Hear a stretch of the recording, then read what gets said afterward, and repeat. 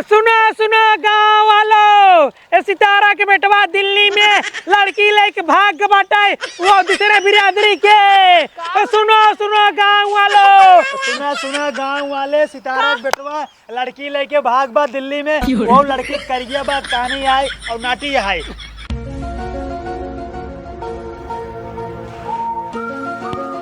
अरे माई रे, एका छिनारी रोज खड़ा करी था, रोज बाहर आ रहा था। का हो सितारा? का बहिनी का हाल बा? अरे कुछ सुनो हो कि नहीं सुनो हो? का बहिनी क्यों मरा का? अरे क्यों मरा नहीं? ता? अपने गांव बहुत बड़ी खुशखबरी आई बा, खुशखबरी। अच्छा ढकेलू भग बेटवा भा का? ढकेलुआ बोक बेटवा ना आई भवा। तब का बहिनी? खदेरुआ बजोन अपने गांव के बड़ा बड़ा दतवा बा। हाँ हाँ जान थू ना? हाँ। वही लड़की भगा के लेके आई बा बहिनी। अरे मोरी माई हाउ बूढ़वा जोन बुढ़ान जात रहा। और काकर बियाह शादी कतो होत ना, और वो अपने जात की लड़की होबो न कर दूसरे जात की आटे। अरे बहिनी गजब हो गजब, बड़ा बढ़िया बताऊ हो तू। ओकर जमन माई बना बहुत ओप्पा टुप्पा बोलत है। इतना ही ना, गांव में यही सखियां खोजा बीनी करही तोरे हियां का होता है, तार दामाद भाग गए, तार मेहरारू भाग गए, दुनिया भर खोज खबर लेथी ना। अब पारी हमार सबके आए बे, चला मजा लेवा जाए। लिया क्या ये सही में बहिनी? और का बहनी लिया कि और लड़किया गजब नान के बा बहनी, जैसे ही जानता हूँ का बताई तो का बहुत नान के वाले की। अरे हम कहते हैं दहजीर नादी जब भगाउता ही रहेन कुछ तो पहिया ना बढ़िया उनका चिट्टा गोल लड़की भगावे के चाहिए ना, का करे बौनी लइका आई। अरे बौनी नाटी जोन नान के बाटे चले ना, समझूर कोनो लड़की या चलत गया। अरे राम रे राम। वैसे तो हमका जान ला बड़ा मजा है, हमार दिलवा एकदम गदगद हो गया। बड़े जोन है भाव कहत रही हम अपने बेटो के एकदम सम्मान से शादी करब, गांव तरह क्यों ना करब, अपने बेटो के लाई जाबे जोन है गेट हाउस में बियाह करब, गांव ना करब। कैसन गेट हाउस में? गेट हाउस ना जानतू? नहीं बहिनी। आए बहनी तू सब ना जानबू काहे तू सब। ई कमल लड़की है? लड़की ना हो। हाँ। ये गेट हाउस मतलब ना बियाह होते होटल में, होटल में। अच्छा जोन बहरे जाके सब बियाह हाँ। करथे घर दुआर छोड़ के। ताऊ कहू है अरे वाला। मारा ई कोनो बियाह हवाई मनाई अपने घरे दुआरे कराई, रात बारात बोलावे बैठावे चरमनाई नाते बाते हुआ लंदन के जात है। कहत रहीन हम जो ना है 15 लाख रुपये खर्च करब, फ्री में निपटाई लीन। चला दोनों जने रच के मजा लाई लेवा जाई, साठ गांठ बनाई के। चला बनी ये झलरवा बनवत है, देखा तो बनी आज निकवर रानी एक दवाई छिड़क देत हमार कुल कराई लवाई झुरो आ जात बाटे। अरे करैला वरैला झुराए तो पहले चलो हरिया मजा लेवा जाई, ताजा ताजा खबर के मजा। चला ठीक बा चला। चला बहनी देख लियो ना हो के। आए बहनी भागे भागे आवा। अरे बहनी रुक तू, हमारी है गोड़वा एकदम से धरे कैसे भागे भागे आई। अरे जब इतना इतना खाई लेबू दे तो हर कुल 2-4 किलो खाइए, कैसे चल पाऊबू? खाए सुनाए हो दुल्हनी जब से ठंडी पड़े लागत है ना, वैसे वैसे हमारी ठेहुनवा धरे लागत है। अच्छा चला बंद कर देना, चला फिर एक महीने जब तक ठंडी रहा है। कहत रहे चमकना। हाँ। कैसे तोहका पता चली कुल लड़की भगा के लेके आई बाटे? अरे हम यही कुल कार्रवाई करी थी गांव में, सखियां पूछताछ लगाए रही थी कि कहाँ भगा के कहाँ आई के कहाँ गवा जानता हूँ। हाँ। दिन में अगर भगाए के लेके आवत तो गांव के सब मनाई जान जाते हैं, बड़ी बेइज्जती हो तो कर। हाँ, हाँ। यही बरे उधजरक नाती ना रात में भगाए के लेके आवत रहन, हम जात रहे लैटरिंग, हमार नजर पड़ गई, हम देख लिए लड़कियां गजब की एकदम लाल लाल साड़ी पहन के छम छम छम छम पायल करत जात रही। अच्छा मतलब तू लैटरिंग करत क्यों ना छोड़बू? हाँ। सब ऊपर निगाह दे रहा ये तना ही ना है बहनी। हाँ। हम पूछे, हम कहे कब भैया कब बियाह तू कैले हा? तो कहा कि लड़की घरे वाले बहुत गरीब रहे ने, सामूहिक बियाह भवा हा, तो कहा मंदिर में बियाह भवा हा। अब बहनी दुनिया भर एक बात बता दे, हुआ चले बात सच्चाई पता चले। अच्छा अच्छा। हाँ, हाँ। और क्यों कुछ ना कहत रहा? काऊ कहे बहनी चारों कति सब ये सुने है कि भगाए के लेके आई बाटे, लड़की बड़ी कोहड़ा ऐसी यहाँ नान है। चला बहनी बढ़िया बाटे, जितना ही करिए जितना ही छोट रहे ना, जइए ओकर लड़के वैसे करिए करिए कुल पैदा होई। हमरे सब लड़के देख के ना बहुत जरत है ओकर माई। अरे ओकरे माई तो हमेशा रानी का आँख फोटत रहत, सोलगी रहत जारी रहत, जानू कोनो चीज मांगे चली जत कभौ देती नहीं, ओकरे हेतनो कुछ ना जुहात नून ते। ओ ऐसे भगवान त लाउले हन, अंते कतो बियाह करे होतिन कुछ पाए होतिन, अब का पहिया जान ला हाथ रगड़ के रह गए हुई, उनकर रोए बीते ना चला। हम तो कहत ही तू लौट जा घरे चली जा। कहीं के काहे के तोरो बिटिया भाग के गई रही, तू कोही उठका पुरान करे लगी। अरे बहनी चुप मारे रहा, तुम्हार बिटिया भाग के ना गिरी, हमसे ओकर सामूहिक बियाह करवाए रहे। अच्छा वैसे करो लड़ही ना तो हम ही सामना कैले, तू परेशान जिन हो आवा जल्दी। हाँ चला।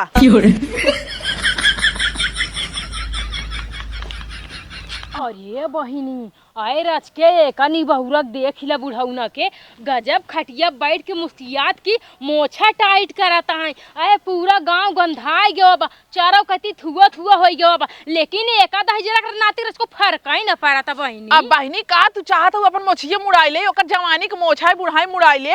अरे हमरे घरे खोते ना तो हम मोछ मुड़वाई के चप्पलक माला पहनाई के गधा बैठाई पूरे गांव नंगे घुमाई। देखा बहिनी आजकल के लड़के के सामने ना केहू के चलत ना, लड़के कुल अपने मन के करत है। ये तना ही ना दूसरे बिरादरी में बियाह करे बाटेन और रचकौ लाज नहीं लगता ही करता। गजब देखा पतो ये नाटिक भी एकदम फाटिक भी देखा कैसे चाहिए देती है, देखा था। हां गजब नाटिक गड़ा मोहाई गेले भागी आई का। उहाई तो बहिनी शर्म लाज रचकौ है ये ना कुल धोए धाय पी ले है यहाँ लड़किए के देखा पी ले हैं धोई धाई के। हमार भाई दुल्हन भगा के लेके आई ओमे तहार से का जरूरत बाटे, तहार से का फाटक बाटे। गांव के चक्कर में ना पता रहे ना कि ओकर बेटा दुल्हन भगा के लेके आई बाटे, तो उससे जाई ओकर दूध ही देबू, चाहे जे बताई देबू। अरे आज ना काल तो पता ही चले। हां तो हमार भाई भगा के लाई बाटे ना, तोरे छाती के दाल दारत बाटे दाल दौड़त बाटे जैसे तोर माई वैसे तहू है बजक्कर एक नंबर के। तुहार भाई भगाए के लेके आई बाटे तो मनई गांव देश कहबे करी आरती थोड़ी ना उतारी। हां बच्चा की लग गवा। अरे तुम्हें तोहार बेटा भगा के लेके आई होती तब बढ़िया बतार मुंह फूट गयो त तो टूट जाए तब ठीक बा। भौजी खाते गरम गरम बड़ा नीक लागत हो खाती इतना तो का। हां तो तहू कह देना तोर बेटा भगा के लेके चलावे, तहू अपने पतो खा हम अपने बेटवा के ना बढ़िया संस्कार देती तो हम की तरह ना घटिया संस्कार की जा बिरादरी अपन हो चाहे ना उठा ले जाओ घर में बिह के रख ले।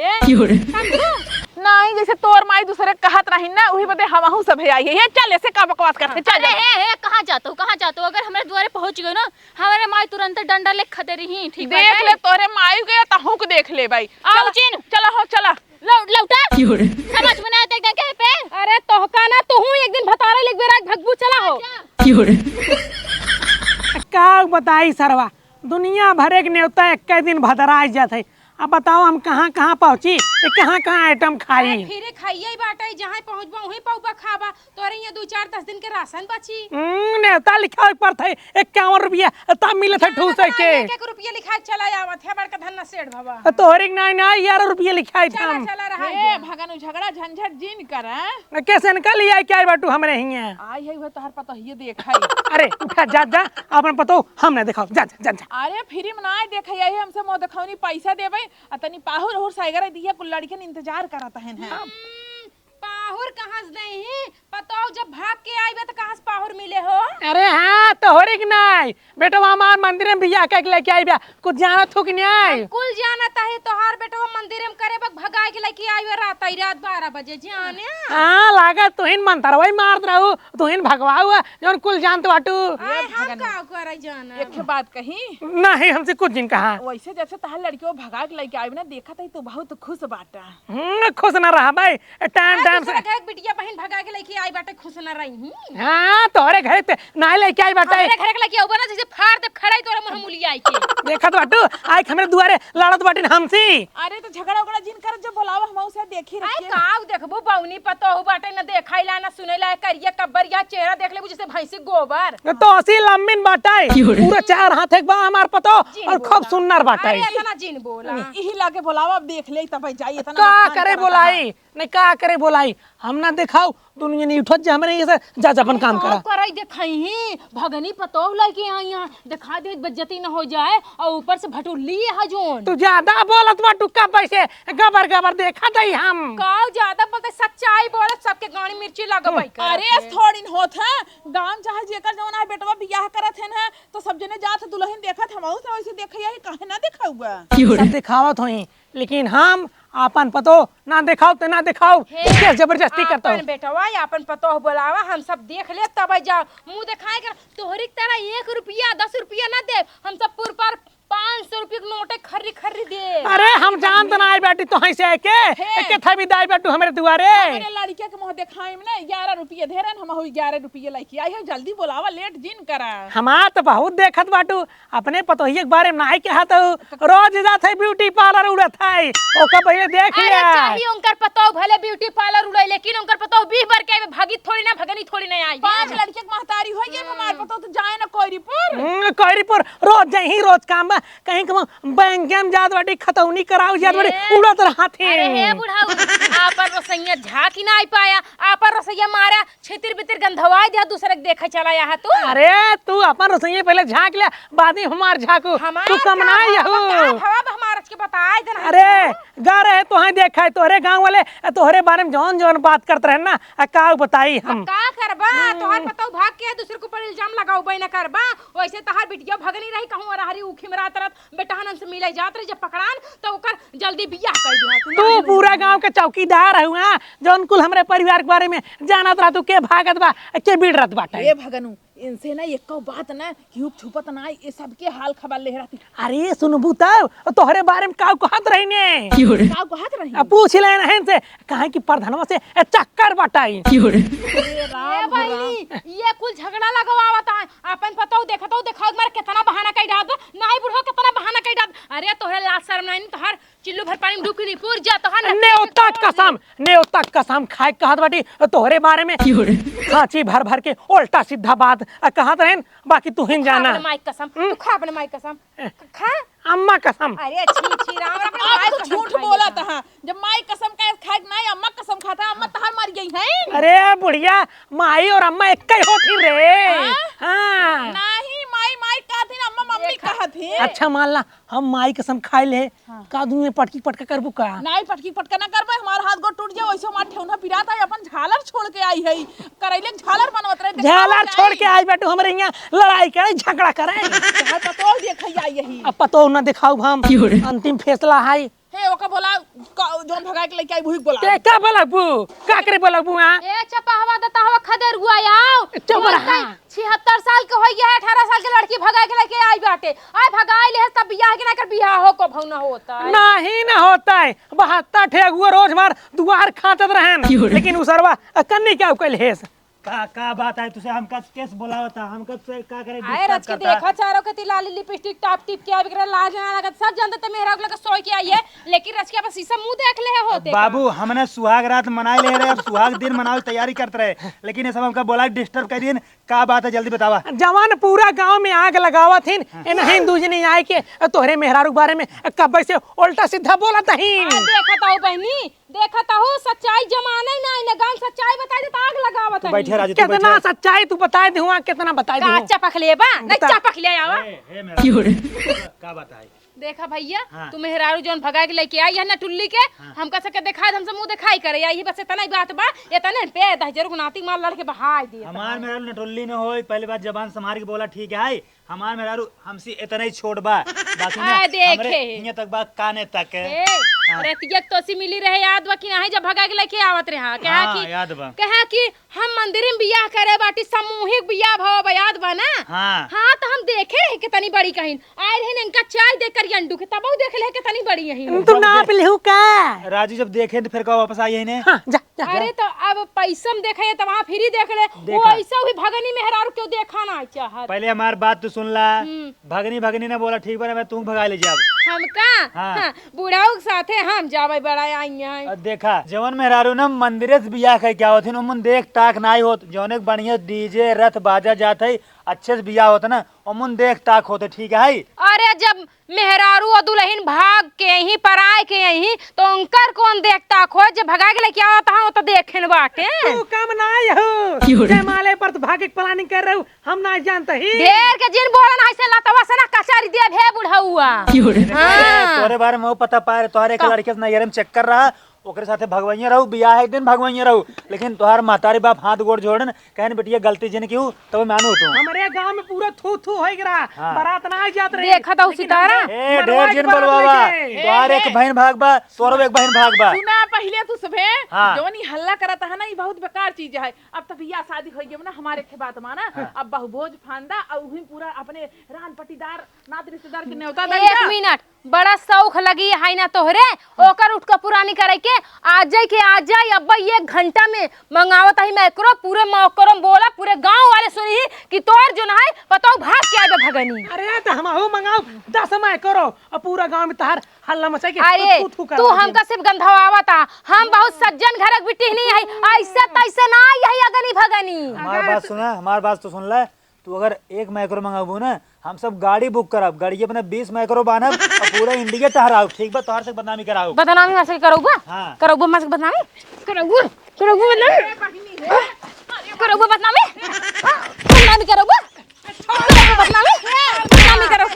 अरे बाबू बचौबा राजू। अरे ससुर पड़वा इस भाव कि मेरा हार जाता था ससुर ने अब्बा हम थाना पुलिस करब जाते हैं अब्बा। कहदे हमार सुहाग रहता ना यार मरो जब हड्डी उड्डी ने तोड़ा कर बेचारे के। आज के बाद ना अगर उल्टा सीधा मेरे सबके बारे में गलत अफवाह उड़ाए कोशिश करना बुढ़ाऊ, बाप बेटो जान से मार दे, बता ही देता है। तोरे बारे में का लिखा है? बाबू रुक जा तू ना, तू हमारे से बारे में अफवाह उड़ाबू ना हमसे तोहरे बारे में। हाँ तो हम तोहार देखे रे, तू मर देखे रे। हाँ हाँ हम उसे देखे कब रहे। देखे रे बता? तब तो तू पैदा ना भवा रहा होगा जहिए खमार बिया भवा बुढ़ाई गेवा बात या तू। चला ठीक है तू जा। हाँ दोबारा बोले तू। कितना धोई बनाई डावा गेहूं लखीन तब दुनिया भरे के जाऊ सिटकी हाथ बिना बीने जवाना है ना पिसाए मजा ना आई। कैसन बेटा हुआ फोन हमारे करत बाटे। हेलो हाँ बेटवा खुश रहा खुश रहा। का कहा तय बियाह कैले है? अरे नदी का गाड़ू धीरे बोला धीरे कहा तो बाटी ने और केहू को जिन बताए नहीं तो हमारे गांव में बहुत बेइज्जती होए। अच्छा ये बताओ अपन बिरादर है? अरे राम कि रहवा तो का कौनो अपने बिरादर के लड़की ना मिलत रही रे। मारा एकदम हमार पूरा नकिया कटाई डारा। दहजल ना तू हुआ कमाई गे रहा कि लड़की पटावे गे रहा, तू बियाह करे गे रहा मामा। अरे अब हम कौनी ओरी मुँह दिखाऊ। अच्छा चल हमार बात सुन, अब जवन करे के रहा तवन कैली है ना वही लेके रहे 3-4 साल आए जिन गाँव में।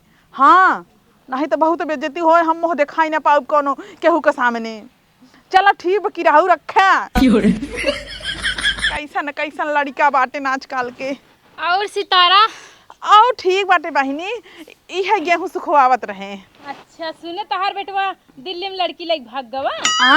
अरे दिल्ली में लड़की कौनो लेके भगाई बियाह कैले है।